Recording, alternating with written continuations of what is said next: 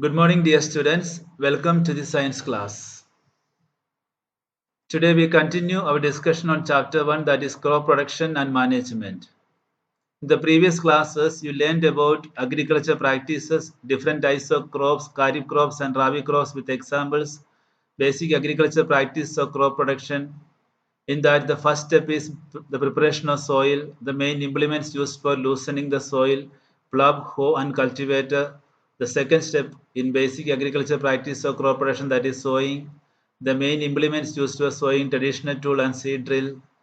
The third step in basic agriculture practice of crop production, that is adding manures and fertilizers. In the last class, we learned about the fourth step in basic agriculture practice of crop production, that is irrigation. There we learned the various sources of irrigation, the traditional methods of irrigation, the two modern methods of irrigation which conserve water, that is sprinkler system and drip system. In today's class, you will learn about the fifth step in basic practice of crop production, that is protecting from weeds.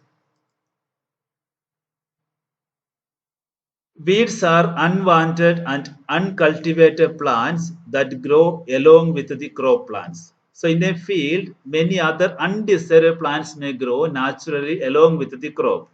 These undesired plants are called weeds. If you visit a field, you will notice many weeds growing with the crop plants. These weeds are not grown by the farmer, they grow on their own.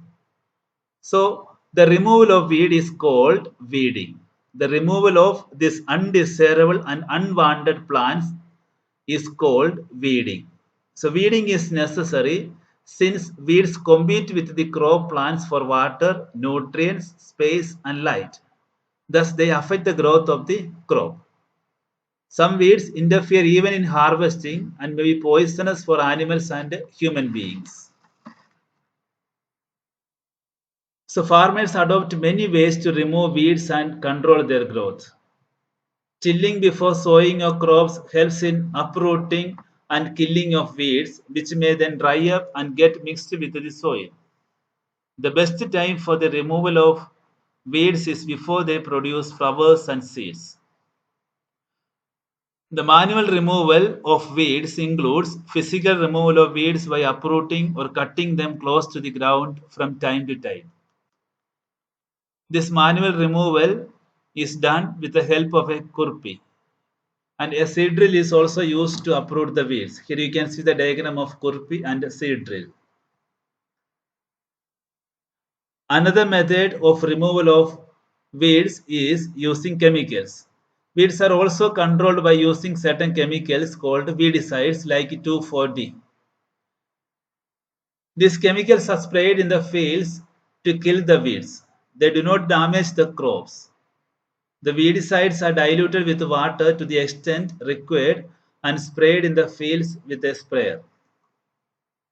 The weedicides are sprayed during the vegetative growth of weeds before flowering and seed formation. So this is important. The weedicides are sprayed during vegetative growth of weeds before flowering and seed formation.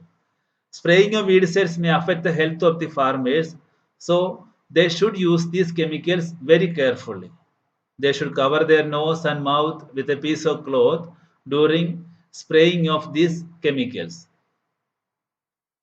The students, in today's class, you learned about what are weeds, what is weeding, what are weedicides, and why do most farmers remove weeds from the crop field, the various methods of weeding, and the implements used for weeding.